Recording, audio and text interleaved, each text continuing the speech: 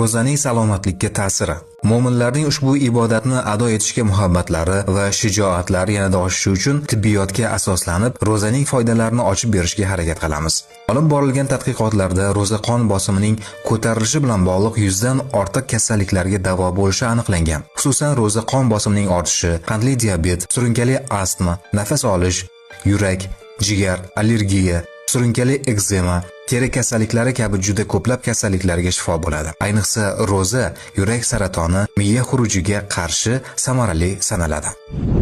2016-yilda Nobel mukofotiga sazovor bo'lgan yaponiyalik olim Yasunori Asumi aniqlagan eng qiziq holatlardan biri organizmning eng faol ishlaydigan vaqti ochlik paytida bo'lar ekan.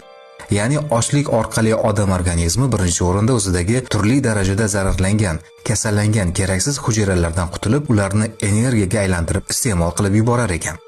Muborak Ramazon oyini foydasiz ishlar bilan isrof qilmasdan, uni g'animat bilib, ibodatlar bilan o'tkazishga harakat qiling.